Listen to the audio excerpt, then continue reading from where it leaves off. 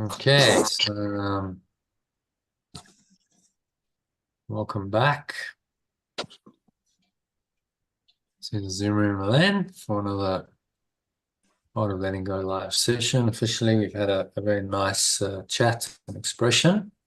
Yeah, thank you. Leads us very well, I think, into today's quote, some teaching around that, and our daily lesson. So let's dive straight into that. And we'll just leave it at that. I don't think we've got time for the text today. So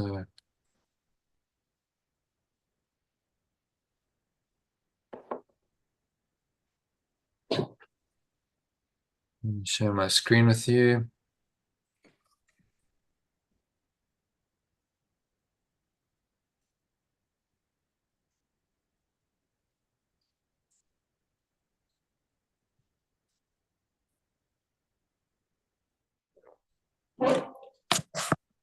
Okay, so you can read that inspirational quote, very short, sweet one by and leads us nicely into the lesson. If you don't believe in miracles, perhaps you've forgotten you are one. What a profound quote, isn't it? So many people are confused about what a miracle is, which is understandable given that many of us who were raised in the Christian tradition, Christian parents, Christian schooling, Sunday school, church, etc., we grew up with stories about the miracles that Jesus performed that are described in the New Testament. And so that kind of conditioning leads anyone to believe that miracles are acts of phenomenal and magical manifestations. When I came to the Course, that's what I thought. Okay? Miracles like turning water into wine, or walking on water, or feeding the multitudes with one loaf of bread and a couple of fish, and of course raising the dead. These are all recorded, as some of the miracles that Jesus did in the Bible. And that's what I believed when I started studying Course in Miracles now 18 years ago. In fact, it's what attracted me to the book. So I wanted to learn how to become a master of manifestation. It was all about, well, he did pretty cool stuff. That's like high-level manifestation. And I was very much into manifestation at that point. I thought, well, this is kind of, manifestation on steroids. It's miraculous. It's healing. It's, you like Jesus was the Christ. Wow, I'd like to be like that. But as I started to realize eventually, after about 10 years of studying it, so I was a bit slow on the uptake, the true purpose of a miracle is not manifestation at all. It's not about the external form and what's created in form. A miracle is really an authentic shift in your awareness from darkness or limited awareness in whatever form you experience it. So that might be guilt, fear, anger, jealousy, and so on, to the light or awareness of unconditional love. So looked at from an integral perspective, we've looked at the integral model before, but let's take another look at it. In our exercise pack, we see that from an integral perspective, the miracle really takes place on the in the interior. Integral model, there we go. So it's this interior, subjective, interior self, the upper left quadrant in the integral model, where individual and interior intersect. This is really the primary domain of the miracle. It took me 10 years to understand that. It's really a shift in your thoughts, your emotions, and your perceptions of the world. And then that can have effects, and often does have effects, in the external world. That's the right-hand upper right quadrant, which is the seemingly objective world of the body and the effects in the body, including the brain, and behavior and observable effects that can be measured, which is where science operates in objectable, measurable effects. And I always thought that the miracle was about these effects, phenomenal acts of manifestation. But actually, the miracle is about this. It's the subjective interior that's changed. There's a shift. And all of Yeshua's miracles were done because of a profoundly shifted, altered state of mind. He was in a different state of mind, and that's why these kinds of things started happening around him. So the miracle is always primarily internal, and then it may play out in form on the external level. Because as within, so without. These are connected in this matrix.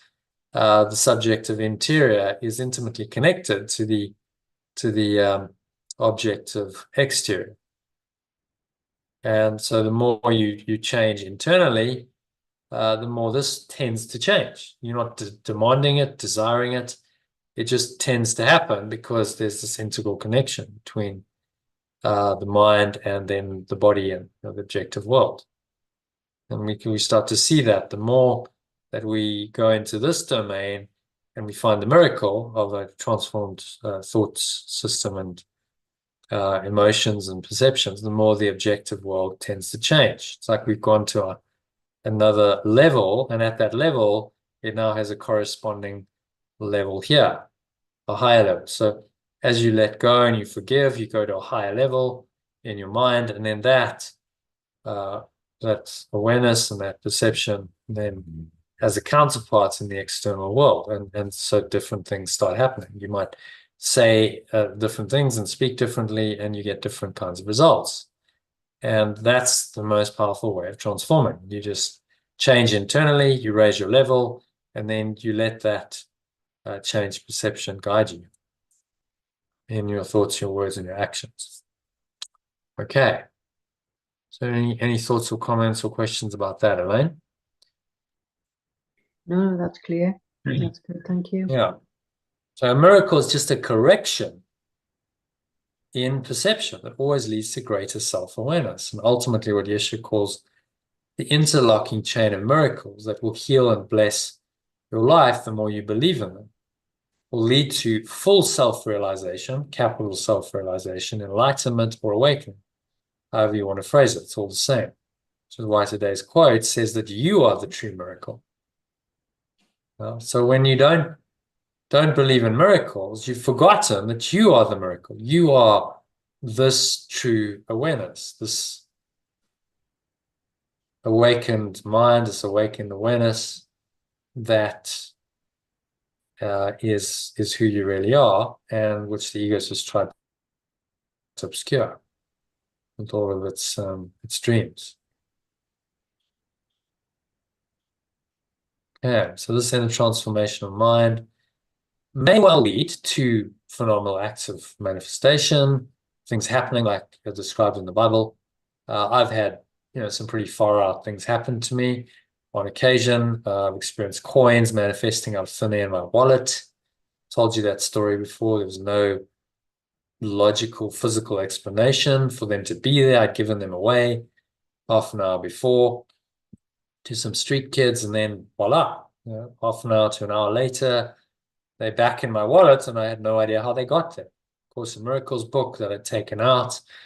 I was doing a workshop. I'd specifically taken out of my car and left it in the school hall where we're doing the workshop, and then suddenly it just appears in the boot of my car when my keys have been locked away the whole day. It just doesn't make sense. Like, how does that happen? But these sort of inexplicable events are just the tip of the proverbial iceberg that is visible on the surface of the material world in which we seem to live. And the real change has occurred under the surface, which is your deeper subconscious or unconscious mind.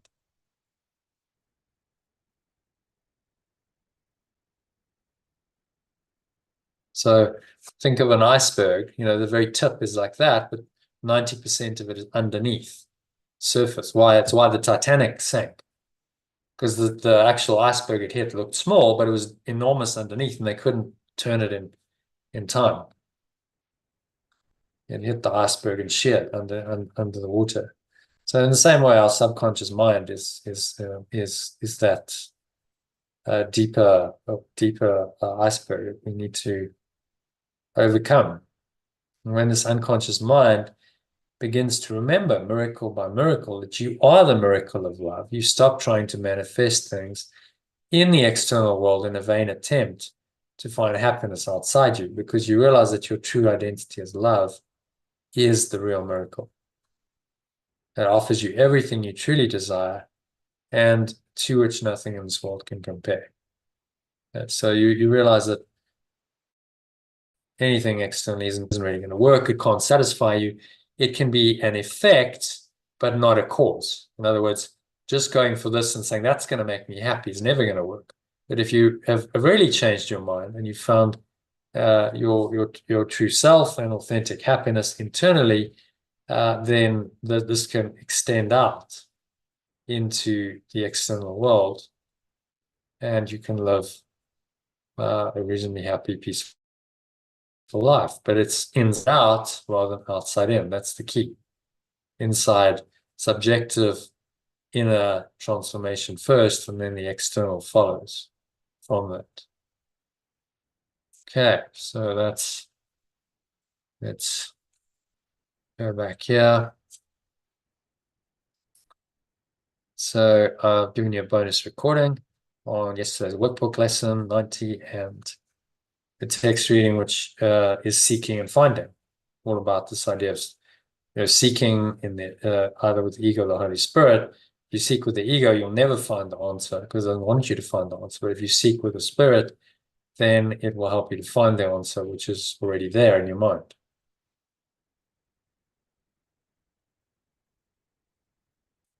Okay, so that's definitely something to watch or listen to if you want to.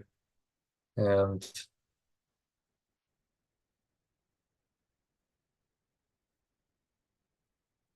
that brings us to today's lesson.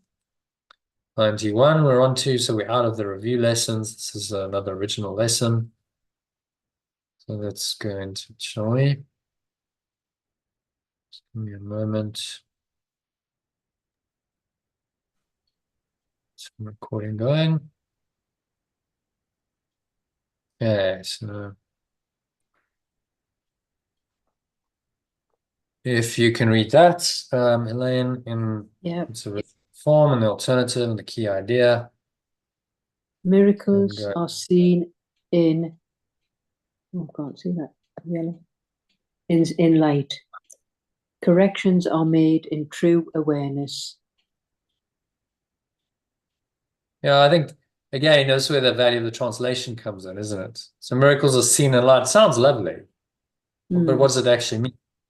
Yeah. I think a lot of people struggle with this kind of language. Miracles are seen, it sounds lovely, and I can listen to the lesson, but I actually don't really know what it means. So if I don't know what it means, how do I apply it? But corrections are made in true awareness. Okay, so this is about correcting my mind. I have negative thoughts which deny love and peace and joy. The corrections, and when I make those corrections, I must be in my true awareness. So this is how I come to know my true awareness. I must make the corrections. Makes sense. Yeah, yeah. As opposed to miracles are seen in light. Just more helpful, more practical, more down to earth. All right, so if you go into lesson 1, into paragraph 1, you can just read an alternative. Miracles are seen in light, or corrections are made in true awareness. Read the commentary on that. Mm-hmm. It's important for me to remember that corrections and vision necessarily go together. This needs repeating and frequent repeating. It is a central idea in my new thought system and the perception that it produces. The correction is always here now. Its presence is not caused by my vision, and its absence is not the result of my failure to perceive truly. It is only my awareness of corrections that is affected. I will perceive them in true awareness, and I will not perceive them in negative awareness.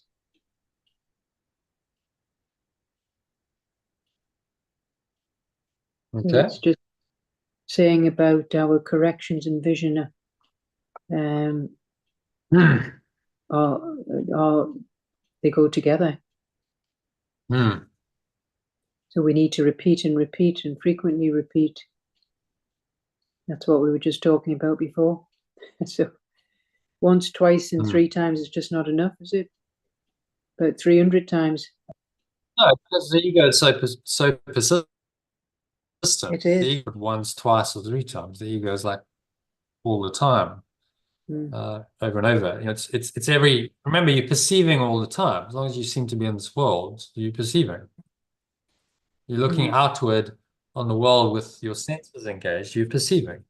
So you're perceiving 15, 16, 17 hours a day, depending on how much you sleep, and if you do any other, meditative type practices. But a long time, a lot of the time in the day, you have this perceptions You've going got on. free So cold. the question is, are those true perceptions or false? Can you believe those perceptions, or do you want to deny them because they're not really helpful? And you're saying here that the correction is always there. Always correct your perception, because your true awareness is always there, as opposed to negative awareness. So when you read negative, read it as negative awareness, because what it does is it negates the truth. That's why it's called negative awareness. When you say it as negative, it just becomes a cliche, doesn't it? Oh, well, just more negative. No, it means it negates. You're negating the truth. You're negating your true self whenever you believe in a negative or negative thought.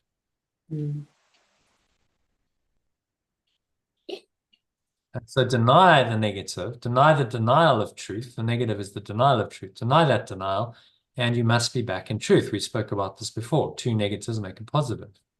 That's why, because the denial of the denial is 2 negatives, cancel each other out, makes a positive, and you're back in your true awareness, which is what he's teaching us here.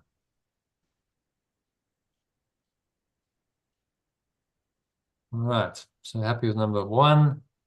Let's go on to number 2 then. Bear in mind that light will be true awareness. Darkness is limited awareness or negative awareness. So those are the translations. Yep. Okay. So to me then, true awareness is crucial. While I remain in negative awareness, I am unaware of the corrections that are possible, and so I'm convinced it is not there. This follows from the premise on which my limited awareness is based. Denial of true awareness leads to my failure to perceive it. My failure to perceive true awareness is to perceive with limited awareness. Even though it is here, my true awareness is useless to me then. I cannot use it because its presence is unknown to me, and the seeming reality of negative awareness makes the idea of true awareness meaningless to me.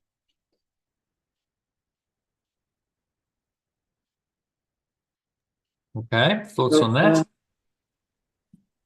Well, it's saying that this true awareness is crucial, because if we deny it, well, we don't really believe it's there. We just think it's useless. It's just not there. It's unknown to us. So, and the seeming reality of negative awareness makes the idea of true awareness meaningless to us. So we're just convinced it's not there. This is coming from the limited awareness. And you see how the ego does that. You said you've been feeling despondent, depressed. Yes. It's negative awareness, saying to you the true awareness is not there. This negative awareness, negative awareness, limited awareness is you. And you're condemning yourself to stay in that awareness, as long as you believe believe that this is true.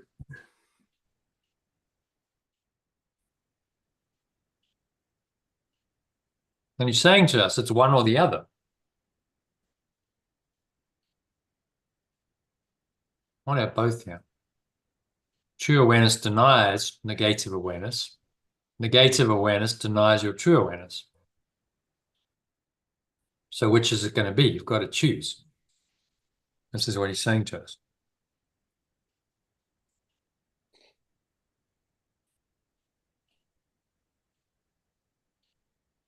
But you see how if people go deeply into the negative awareness, how the true awareness almost disappears from their mind. It's so deeply buried, they can't access it anymore. They're lost.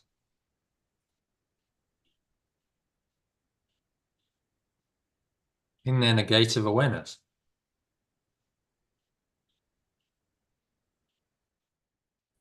And the people in your life are showing you that.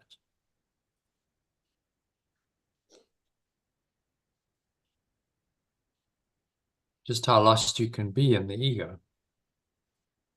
Mm. And there's a value in that because you just see the ego for what it is.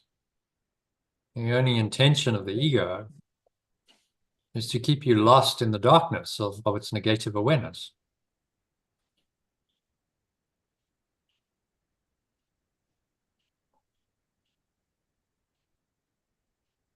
There's no other purpose to it, no other meaning, no other purpose. And your only job is to get back into true awareness. You do that by denying the darkness or the negative awareness, because what's left then is your true awareness.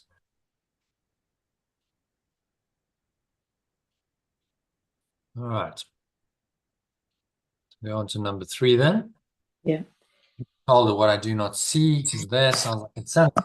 To be told that what I do not see is there sounds like insanity. It is very difficult for me to become convinced that that it is insanity not to see what is truly there and to see what is not there instead. I do not doubt that my body's eyes can see. I do not doubt that the images that show me are reality. My faith lies in negative awareness rather than true awareness, and the pure formless awareness that underlies it. How can this be reversed? For me, it is impossible, but I am not alone in this.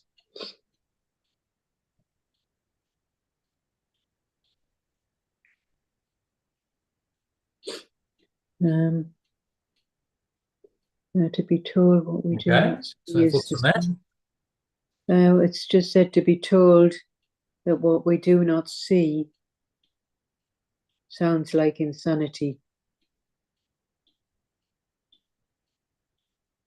So it's very difficult to be convinced it is insanity. So not to see what is truly there. So you're not seeing the light of your true awareness, pure formless awareness of perfect love. It's insanity not to see what is truly there, that awareness, and to see what is not there instead. What you're seeing, the images of this world, projections of the ego mind, are not really there. They're hallucinations, they're illusions. But you're seeing them as though they're there, and you're denying what is truly there, which is your true awareness.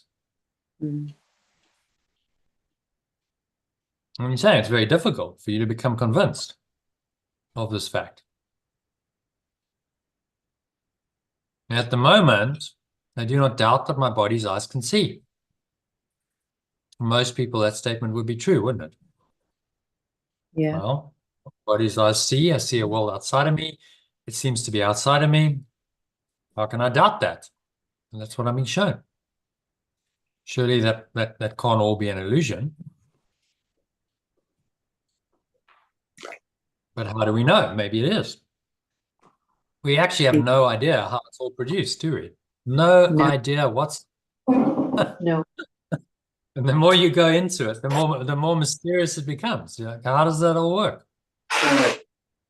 As they, spiritual masters and teachers have over the years, and quantum physicists and so on. Like you start going, how does it all work? Just a basic, okay, I'm looking outside of me and I see a world outside, and I can apparently see and feel and touch objects and interact with other seeming people. We have no idea how that works. Not a cooking clue at all of the mechanism of that. no. Yes, you're saying to us, well, yeah, you don't doubt this because you got so accustomed to the hallucination, what the body's eyes and its other senses show you, but it's all illusion. None of it's really there. It's just you hallucinating, you're dreaming. I do not doubt the images they show me are reality. So my faith lies in this negative awareness that negates the truth, rather than true awareness and the pure formless awareness that underlies it. I use true awareness because true awareness is at this mezzanine level. If you want to look at it in the this diagram here, Holy Trinity diagram. Our true self or true awareness lies between the worlds. So we can still perceive things in time and space from our true awareness, but it's connected to our pure formless awareness of perfect love, which is completely transcendent of this world. So it's a bridge, it's the middleman, it's the intermediary, it's the translator of the one awareness into the other. And that's why in this lesson I use true awareness, because it's very much that function. The awareness that perceives correctly, the awareness that corrects your thoughts and perceives correctly and lets go and surrenders. And this is the awareness that will awaken you from the dream or enlighten you, resurrect you. It's all the same, whatever you call it. And this is what he's pointing to again in this lesson. Over and over, he does this. Every lesson is the same, really, pointing you to this awareness that can save you from your negative awareness. When he says, how can this be reversed? For me, it is impossible, but I'm not alone.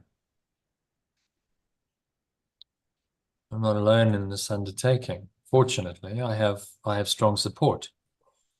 Yeshua, the Holy Spirit. Perhaps that leads us nicely into the next one. However little they may be, my efforts have strong support. However little they may be, my efforts have strong support. If I only realized how great this strength is, my doubts would vanish.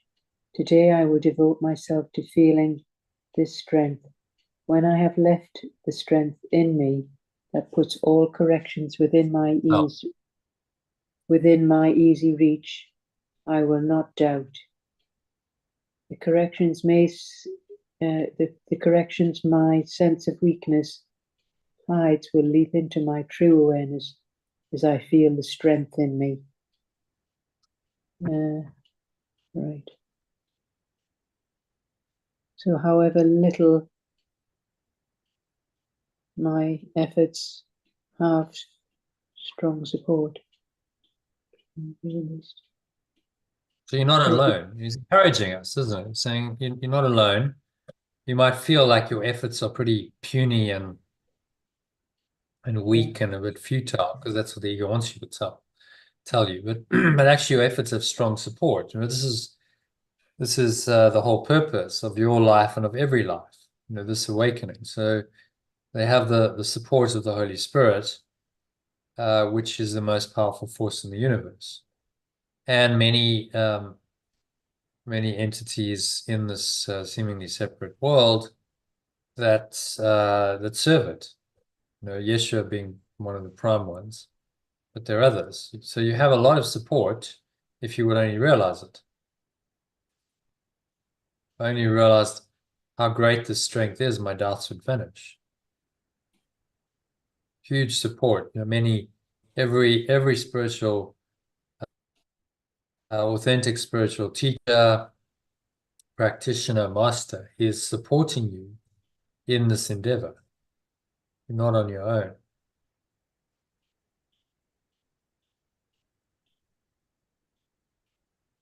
And that's a source for, you know, for courage and strength.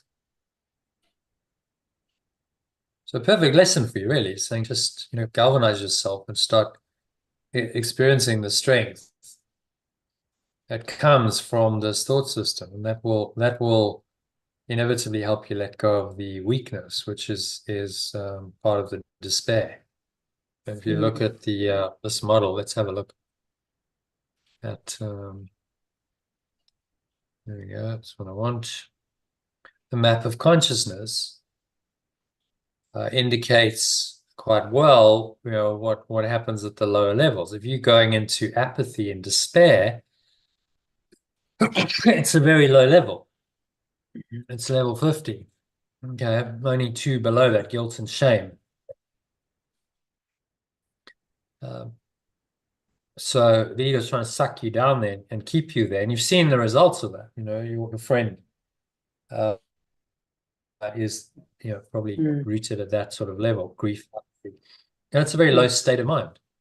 You know, very disempowering, very low state of mind. And, you know, really, what is the point of living at that level? There's joy, there's no happiness, there's no light. It's very dark. So, you know, your way out of this is to see it for what it is, recognize that it's all illusory, and take yourself back up through your forgiveness of it and letting go of the despair and the apathy and this whole thought system that's really very hopeless and condemning. You drop all of that and you take yourself back up via your letting go of forgiveness into a state of at least willingness. I'm willing. I'm optimistic. I can do this. This is possible. You know, from hopeless to hopeful, from despondent to inspiring, because I recognize that I can do this. It is possible, as you said. You know, if other people have done this, so can I. Yeah. That should be a self-evident truth. Yeah, well, obviously, in your right mind, you can see that. Yeah. But in your wrong mind, the ego, you know, tries to get you focused on all the negatives and forget that.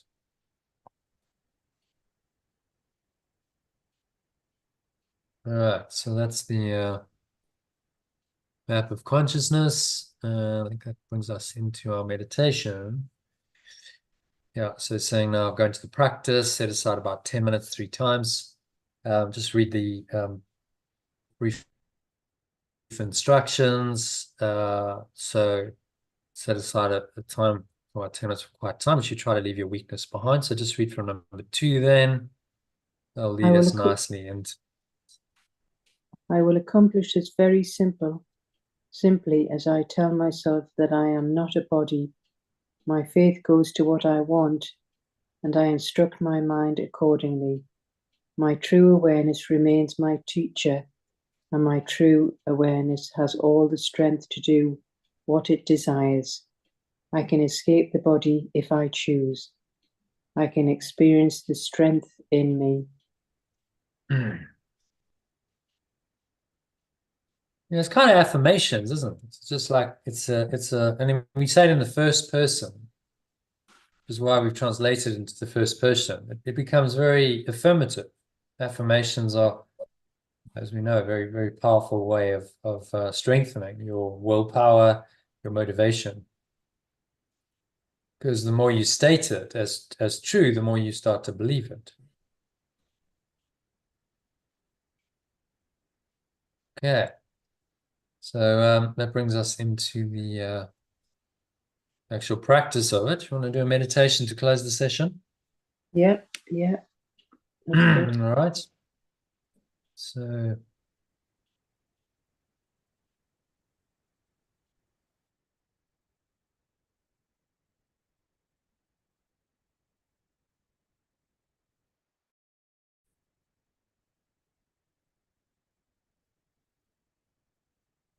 Just sitting comfortably.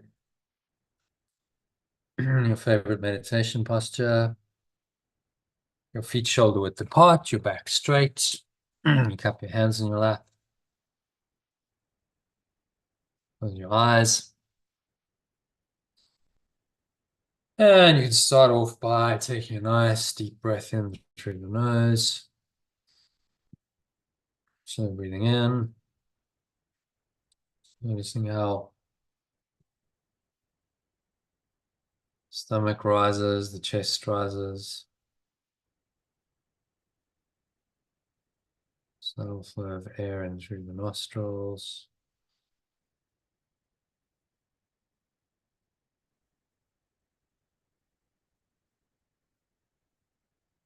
Pause at the top of the inhale. Take another maximum inhale breath.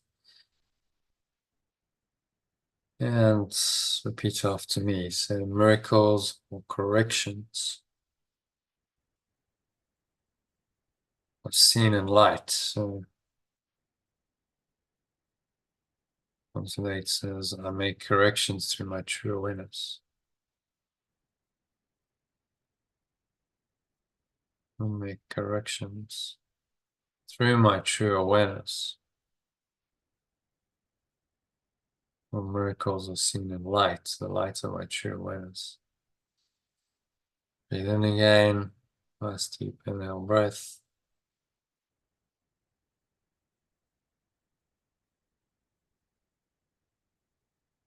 Body's eyes do not perceive the light. So my body's eyes do not perceive in true awareness. How can they? They perceive form. The true awareness is pure formless awareness.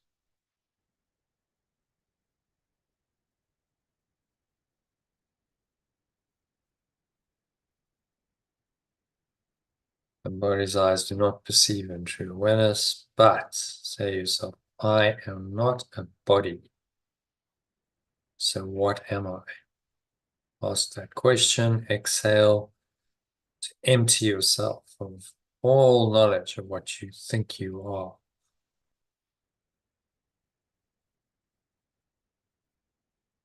Exhale, just blow it out.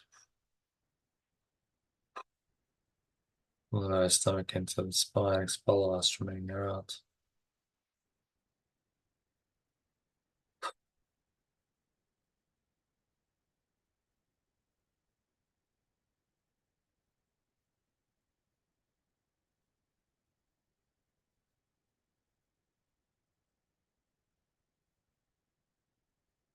Nature says, question with which the statement ends is needed for our exercises today.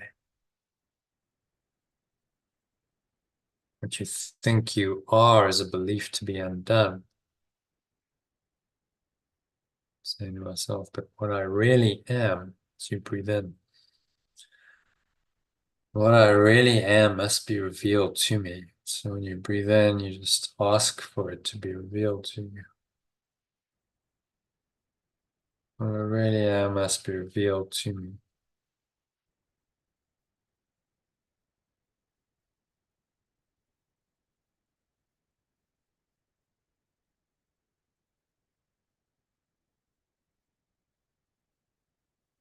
Belief I am a body calls for correction. Being a mistake. Repeat those words to yourself out loud. Belief I am a body calls for correction, being a mistake. Breathing in again.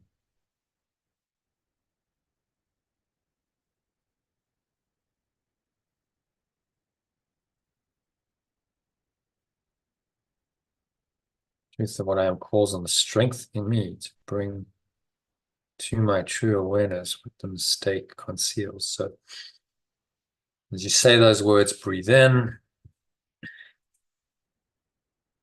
Say the truth of what I am as you exhale calls on the strength in me. Bring to my true awareness what the mistake conceals. Calling on this deeper strength.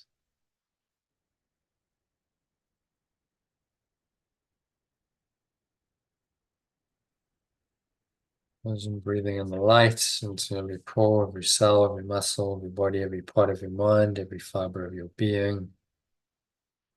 Is in this.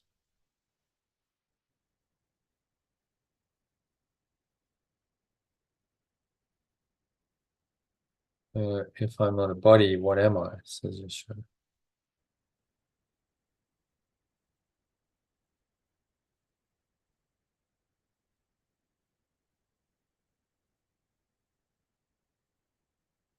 I'm not a body, what am I? Need to be aware what the remembrance of perfect love uses to replace the image of a body in my mind.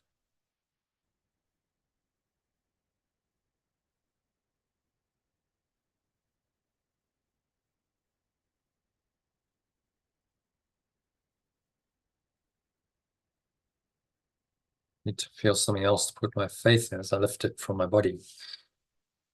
So breathe in and try and go within, deep into your mind. There is an awareness here. Awareness there that is not your body. So I need a real experience of something else, something more solid.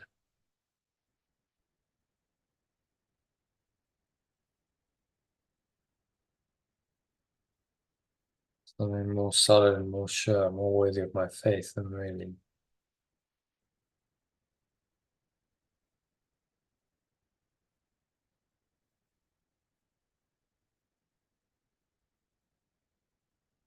So give yourself this experience.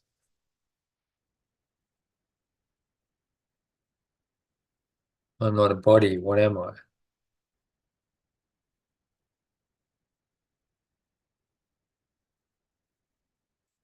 So honestly ask this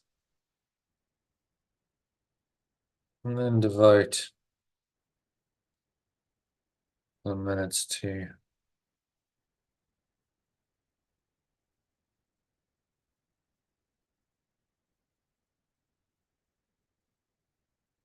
so you might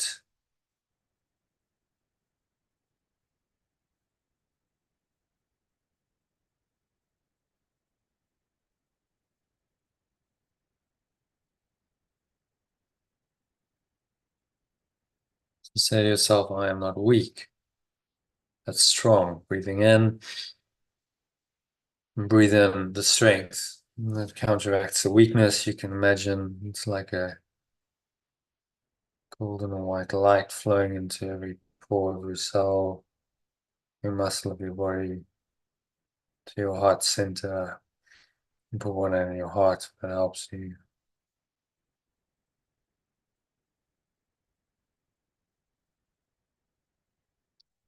I'm not helpless, but all powerful.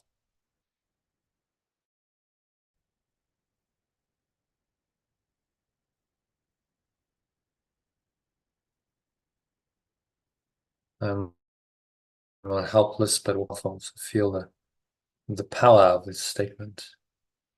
Power to overcome and heal all difficulties, all pain, all suffering, all sickness, and all death is yours. So you're say, I'm not limited, but unlimited. I am limitless.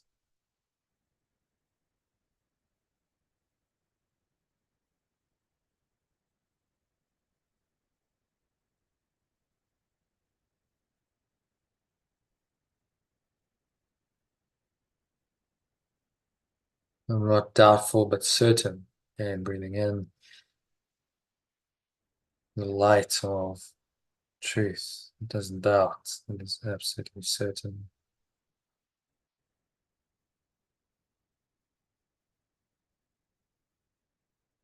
So as you breathe in the love and light that dispels all fear, notice any darkness sitting in your mind, your heart, anywhere in your system. This is an energy that needs to be released.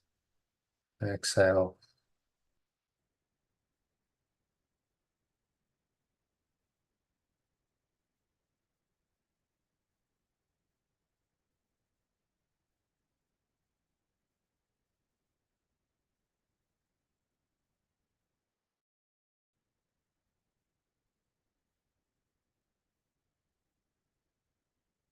Now, not an illusion, but a reality. And breathe in that. That reality. Feel that reality. It's conceptual. It's feeling it. So in your heart, solar plexus, feel.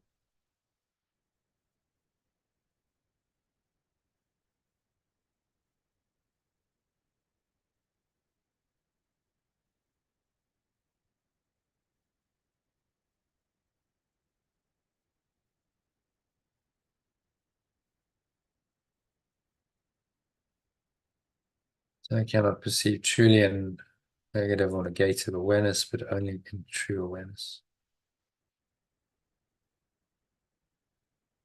So concentrate on experience these truths about yourself bring.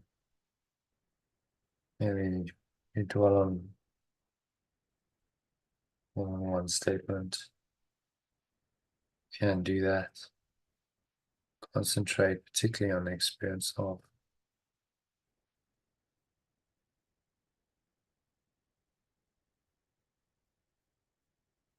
Remember that.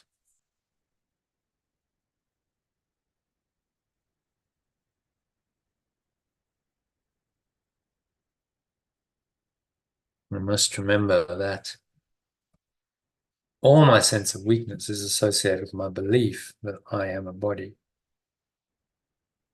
A belief that is mistaken and deserves no faith.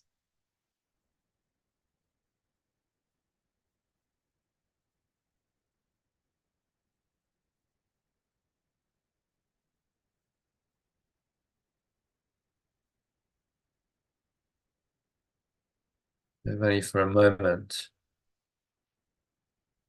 I try to remove my faith from it, from this insane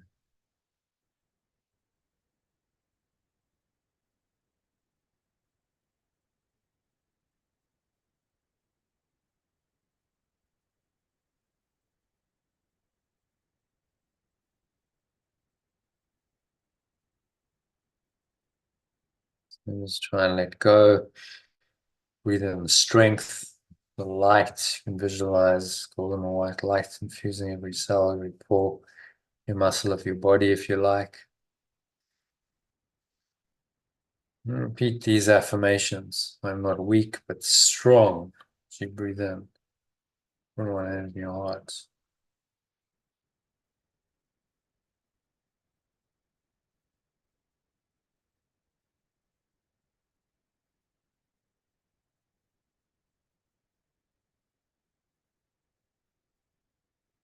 There's really nowhere else to go, nothing else to do, nothing else to think about. Just relax. The rest of the meditation, confident that your efforts, however meager they may seem to be, are fully supported by the strength of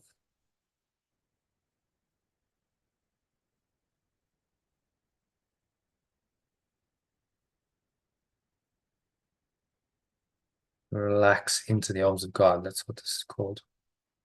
Those thoughts come from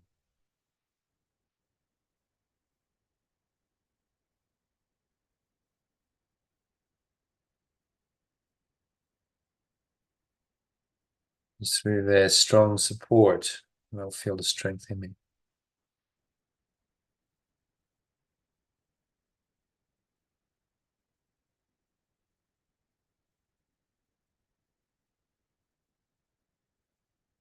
Say, I am not weak but strong. I am all powerful. Say these words aloud to yourself with purpose and conviction. I am all powerful.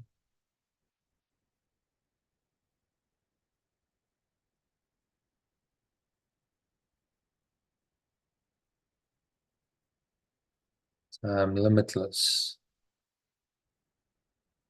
I am certain.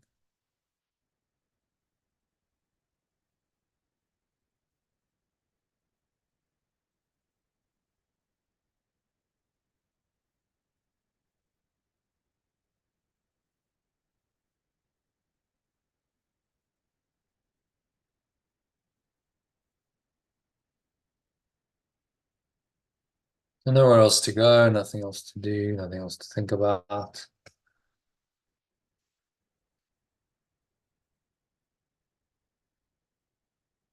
Just rest in this calm certainty of the reality of what you really are. I'm not an illusion, but a reality you cannot perceive in this normal negative awareness.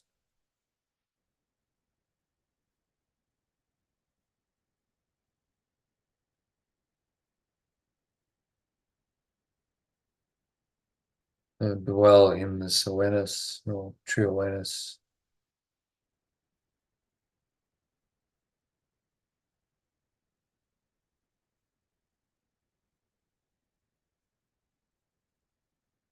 Any thoughts come up to seemingly disturb this deep connected peace.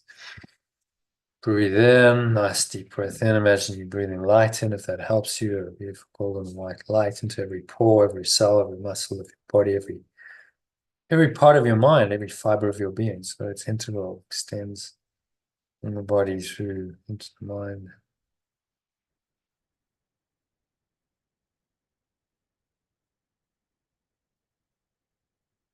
And just let it go. Let go of any darkness, any negative awareness.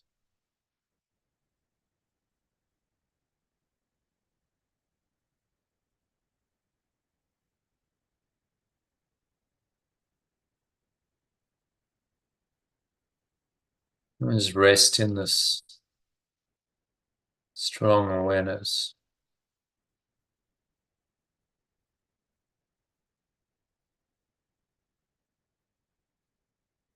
For another minute or so of deep silence.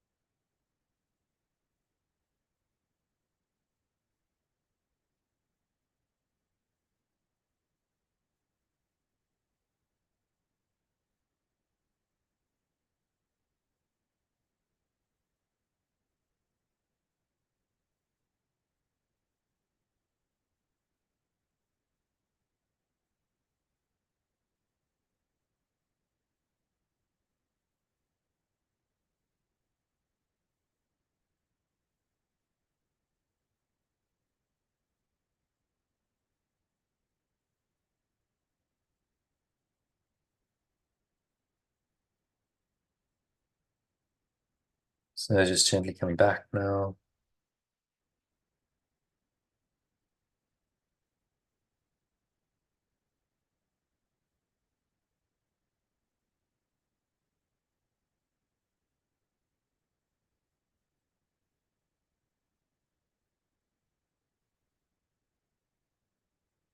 So on the count of three, you're going to open your eyes. One, just breathing in, noticing how the stomach rises and the chest rises, and flow of air in through the nostrils, and pause at the top of the inhale, smile, scan mind. Noticing thoughts, emotions,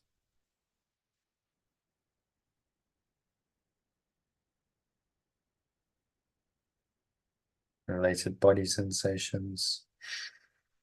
Breathe into all those, breathe in the light of your true awareness, and say, miracles are seen in light, or corrections are made in true awareness. Feel that true awareness arising in your heart and mind.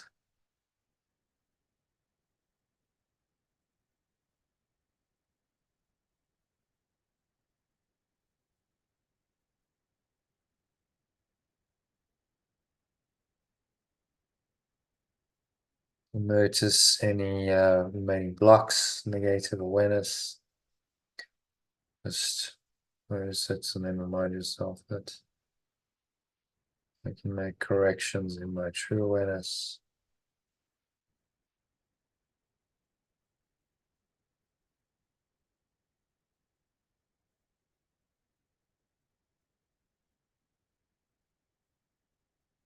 And if there's anything that shows up, any negative awareness, just remind yourself that I'm not weak but strong, I'm not helpless but all powerful, I am not limited but unlimited, I'm not doubtful, but certain.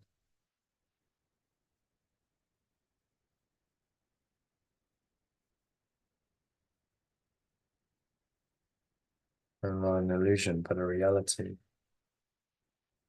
Cannot perceive truly a negative awareness, but only in my true awareness.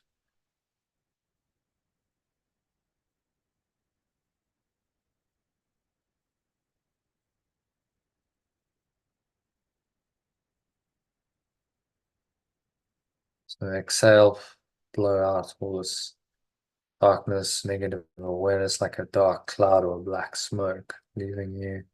It's gone with the breath.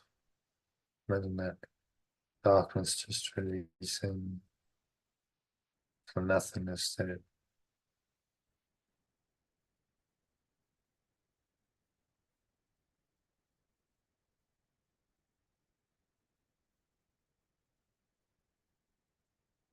So the bottom of the exhale, just rest on the count of 2.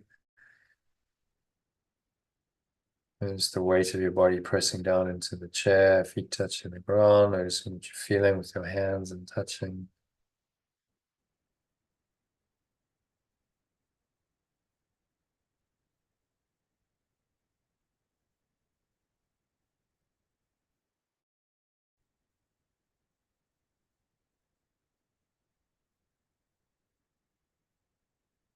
So count of 2, just notice the weight of your body pressing down into the chair and your feet touching the ground, noticing what you're feeling with your hands and touching. And there's a subtle taste in your mouth, smell in your nose.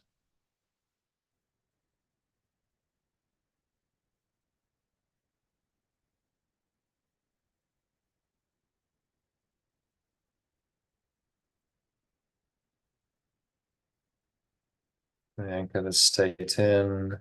Notice there's going on our physical senses around you. So as you breathe in, what are you smelling? Subtle taste in your mouth. Notice that. Notice what you're hearing. Surrounding environment. Notice what you're feeling, touching, tasting, and smelling. Basically, seeing all these things from this very still, calm, and surrendered state. State in mind without illusions and showing the truth is true. So you're going to anchor the state in an unlimited, powerful, strong, faithful state. Breathe it in, every pore, every cell, every muscle of your body, every part of your mind, every fiber of your being. Feel the strength of that.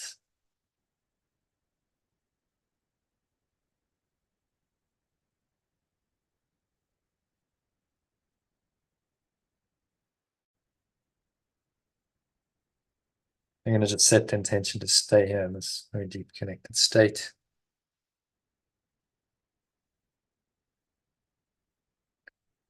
Stay in mind our illusions, showing the truth is true, aware of that truth. So it is said and so it is done. And on the count of 3, you're going to open your eyes, just take a moment, look around, ground yourself back into this world, this seeming reality. So you notice with the visual sense what's in front of you. Look at any object in this calm, detached way.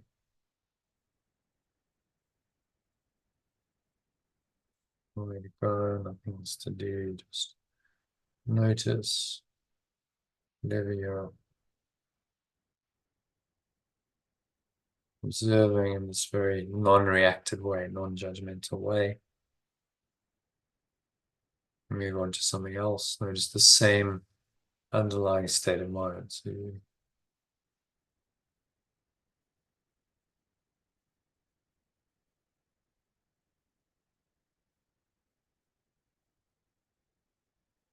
So anchor the state in, this calm, peaceful, certain state. No matter what seems to happen, the state is always there. It's not affected by your sense perceptions at all.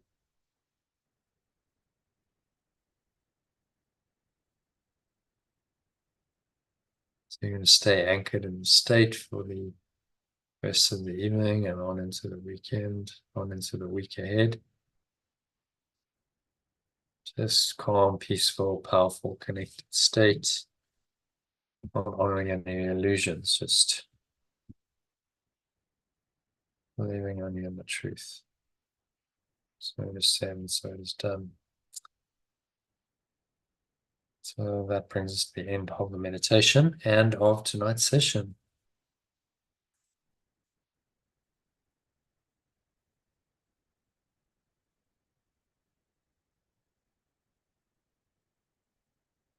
So that's a wrap for today. Thank you for joining the session.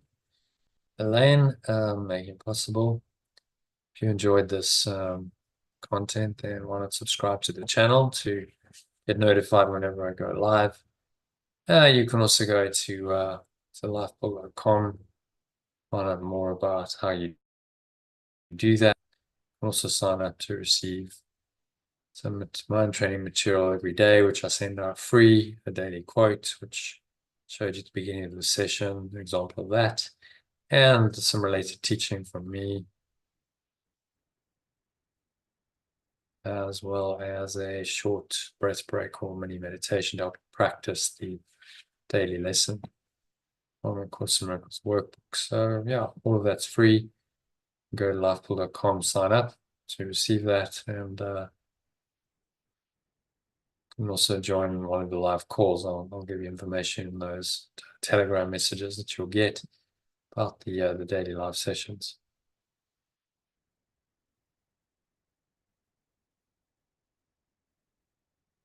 So just wishing you a very peaceful evening and flowing week ahead. Thanks for listening and watching, and remember that no matter what seems to happen, you're only one breath away from the light. Namaste. Which means the light in me acknowledges and honors that same light in you. I'm wishing you much light, love, peace, and joy.